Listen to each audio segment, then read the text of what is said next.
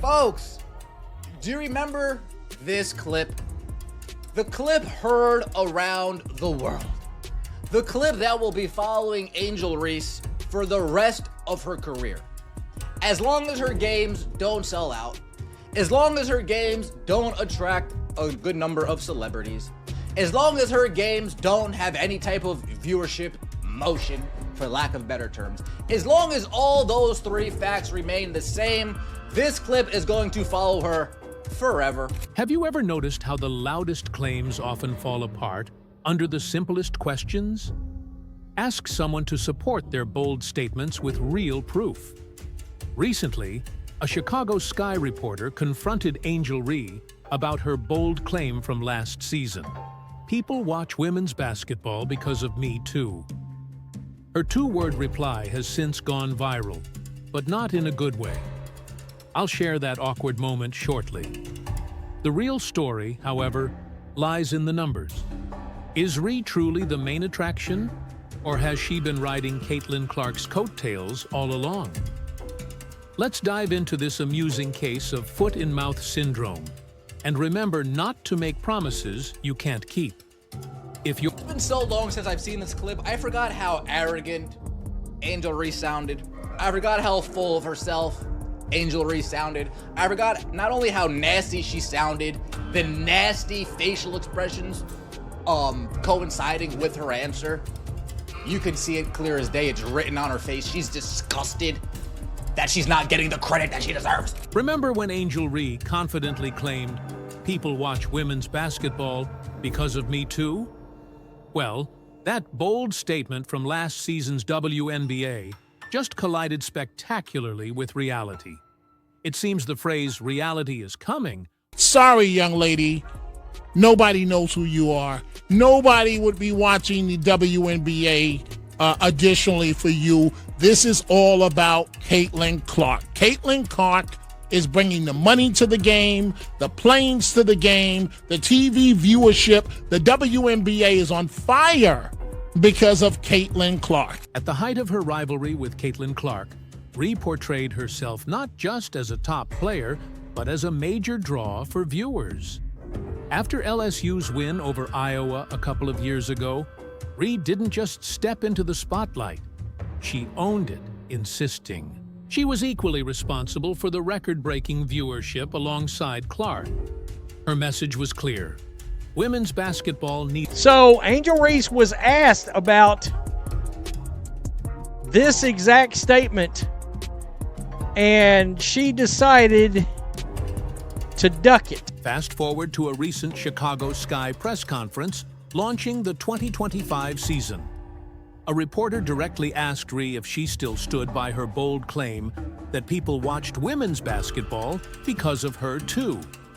Last year, you said that the reason people watch women's basketball isn't just one player, but both of you. Do you still feel that way? Reese's answer? Next question. Just two uncomfortable words that echoed in the room. No explanation, no defense, no stats to support. Now, keep in mind, whoever asked this, and there's people clowning the person that asked this, it was her statement going during the basketball season from last year, and the person's asking for her current feelings on said statement, her own statement. She pulled a next question. She ducked that. She duck goose that right out of existence. That moment wasn't just awkward. It was revealing. When confronted with her own words, Reese couldn't back them up with real evidence. And honestly, why would she? The numbers tell a very different story than the one she tried to sell last year. Let's examine the stats. Last season, the Chicago Sky's average home attendance was only 8,000 fans per game. Meanwhile, the Indiana Fever sold out every game at Gain. She talked about sold-out arenas. What arenas are selling out that Caitlin Clark isn't playing in? I need to know. I need to know. But the Las Vegas Aces. No, the Las Vegas Aces sell out their season tickets. Tell me somebody who's selling out every damn place they go that's not named Caitlin Clark. Tell me somebody who's attracting celebrities, numerous celebrities everywhere they go, not named Fast forward to this year, and let's examine Reese's preseason homecoming game at LSU, the place where she won a championship and made her name. You'd expect huge support, right? Instead, only 6,000 fans showed up at the Pete Maravich Assembly Center, which holds over 13,000. Not Her statements from last year, that's from a circus. That was a clown show statement to have made about watching for us and blah, blah, blah, blah, blah. It gets worse when you look at her other preseason games. The Chicago Sky's home game against the Minnesota Lynx drew just 4,600 fans. Think about that. Her own WNBA home court couldn't fill even 5,000 seats. Another game against the Lynx, this time in Minnesota, attracted only 7,600 fans. And let's be honest, most were there for the home team. These aren't the numbers of someone leading a basketball revolution. They're just the tip of... Angel Reese's mom taking to X to tweet this after all of the hullabaloo about Caitlin Clark and the high ratings. She says, that certain fan base looking in the stands celebrating attendance, while others are looking up in the rafters celebrating championship banners. We ain't the same. Different year, same haters. Have a great day. Well, all right. It is a different year, and it is the same haters, but I think you're calling yourself out, Mama Reese. The pattern couldn't be clearer. Game after game, the stands tell a story that Reese seems unwilling to acknowledge. After the disappointing turnout at the LSU game, Reese's mother tried to manage the fallout on social media. Angel Reese voluntarily went on a, quote, they're watching for me too, and I want y'all to realize that rant, because she wanted that attention. She created the drama, asking her about her comment as we enter a new season is perfectly normal and not stirring things up. Absolutely. The defensive tone says it all. When you can't win with facts, you attack those who present them. That next question moment wasn't just Ree dodging an uncomfortable reporter. It was her avoiding direct confrontation with the harsh truth about her actual impact on attendance. She made a claim she can't back up, and now the evidence is catching up. The numbers don't need spin or interpretation. They speak clearly, showing something doesn't add up. And trust me, these attendance figures will look even worse once we compare them to Caitlin Clark and the Indiana Fever. The truth is, talking about It's Caitlin Clark mania, and here we go again. 1.3 million people tuned in on Sunday afternoon to see Caitlin Clark return to Iowa as a professional and start raining in three-pointers from ridiculous distances. By saying next question, Ree clearly avoids taking responsibility for her own words. While she dodges questions about her influence, Caitlin Clark doesn't need to say anything. The numbers tell a story so clear, it's almost embarrassing for anyone who tries to... What about viewership? Tell me everybody who's getting consistently over 1 million views on their basketball games, not named Caitlin. Oh, okay. And then Angel Reese goes into, I'll be happy to play the villain role. I'll be happy to play the villain, but don't be mean to me. Don't be mean to me. But I'll be happy to play the villain role. Remember Clark's homecoming game at Carver Hawkeye Arena? The entire 15,000-seat venue sold out in just 45 minutes, faster than it takes to watch a single quarter of basketball. People weren't just buying tickets. They were rushing to get them like their lives depended on it. And who could blame them? Angel Reese, why are we next? This guy set you up perfectly to give an answer of you being full of yourself. Oh, I'm so glad you asked that. They are only watching because of me too. They only know that other girl because of me too. They only go to her games instead of my games because of me too. They only watch all of her games instead of watching all of my games because of me too. She's the #1 jersey seller in the WNBA. Why? Because of me too. That's why. Time Magazine Sports, because of me. Everything Caitlin Clark has is because of me. Angel, you could have done that. Ree's camp might argue her fan base is limited to Iowa and Indiana, but the numbers tell a different story. In 2024, Clark's jersey was the second best-selling basketball jersey, only behind the legendary Steph Curry. While Ree didn't even crack the top 10, Clark is the only WNBA player on that list. Think about that. Caitlin is outselling NBA veterans with multiple championships, including LeBron James. Analysts say she's on track to claim the second spot in all-time WNBA jersey sales during her sophomore season. These aren't just good numbers. They're history-making numbers. It's almost embarrassing for anyone who tries to compare themselves to her. Once, we compare them to Caitlin Clark and the Indiana Fever. The truth is, talking about being a draw and actually being one are two very different things. All out on social media, posting a defense of her daughter's star power. And who could blame them? This wasn't just another game. It was a phenomenon. I saw this thread on Twitter. I was shocked by it. I was pleasantly shocked and surprised. I thought it was so cool and so savage. Want to see the contrast get even clearer? Look at ticket prices for preseason games. Yes, preseason games featuring Clark, which average over $600 per ticket. That's not a typo. More than $600 just to watch exhibition basketball. Those prices would make some NBA teams jealous.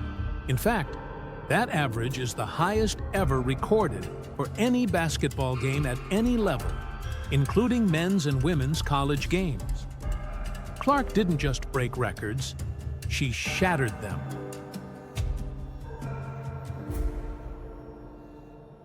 Of course, we have the Indiana Fever being that premier team in the WNBA. They are the team that has the most fans. Like they said, every away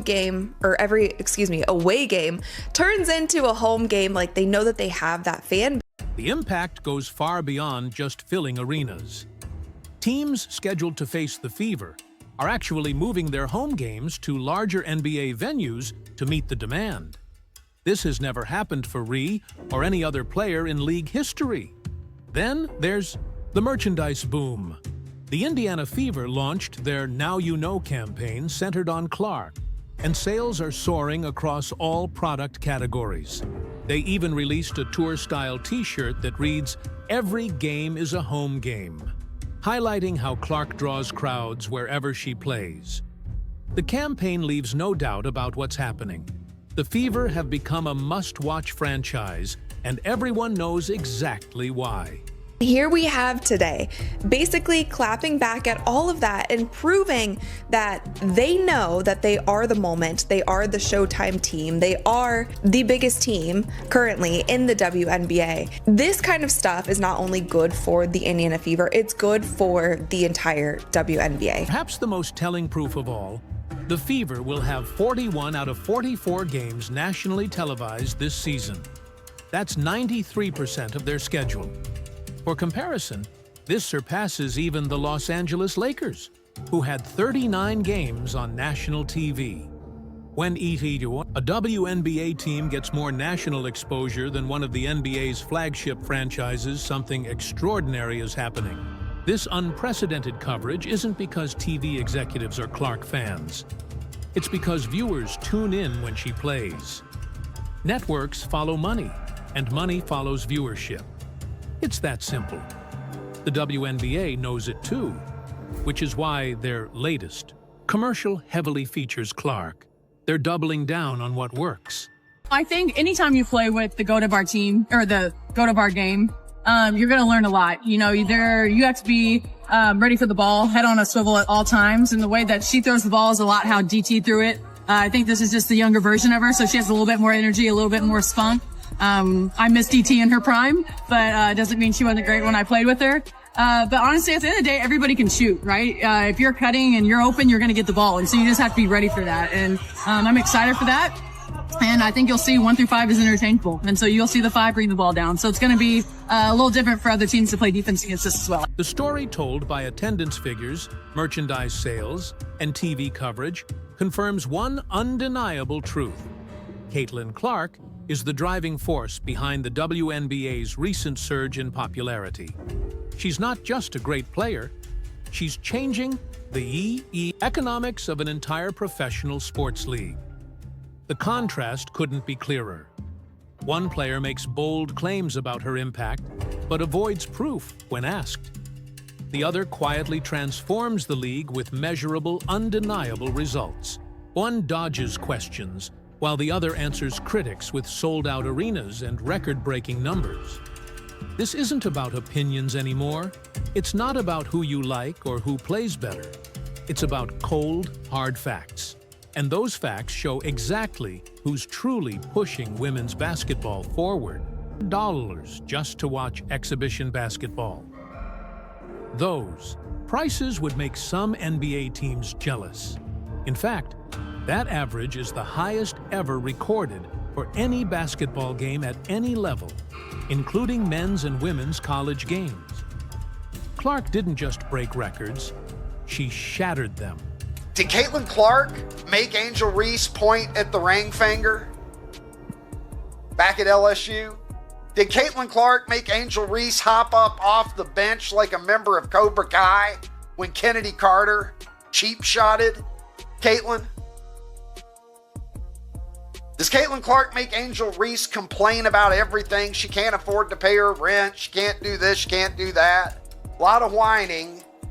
But then all of the narcissistic comments at the same time, and maybe she comes by it honest. Today, the Indiana Fever are clearly responding to all the doubters, proving they know they are the moment. They are the Showtime team, the biggest team currently in the WNBA. This isn't just good for the Fever, it's great for the entire league. The Fever didn't just draft Caitlin Clark last year and hope for the best. They built an entire organizational strategy around her, showing they understand a fundamental truth. Star power requires real commitment, both on and off the court. Meanwhile, the Chicago Sky seem uncertain about Angel Reese's role. Is she the future?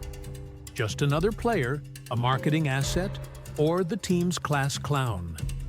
Indiana, on the other hand, has gone all in with a clear win-now mindset. They've surrounded Clark with veteran talent like Sophie Cunningham, Dana Bonner, and Natasha Howard. These aren't random additions. They're strategic moves to create an environment where Clark can thrive immediately. Cunningham even compared For May the 17th in Indianapolis, Indiana, when the season is going to be kicked off with the Ali Frazier of our generation. Caitlin Clark hosting the Chicago Sky and Angel Reese. The Indiana Fever at Gamebridge Fieldhouse in Indianapolis. Farming women's basketball, backed by cold, hard numbers. You can't argue with sold-out arenas, record-breaking jersey, sales, and unprecedented TV coverage. The 2025 season will tell the full story. Clark's Fever will dominate national television while playing in packed NBA arenas. Meanwhile, Ree faces the impossible task of justifying those bold claims with actual results. This teaches us an important lesson about sports and life. Some people talk about greatness. Others quietly achieve it, letting their impact speak for itself. If you're Team Clark, comment "baby goat" over "baby giraffe" down below. Like, subscribe, and turn on all notifications so you never miss out. Click the video on the screen, and we'll see you in the next one.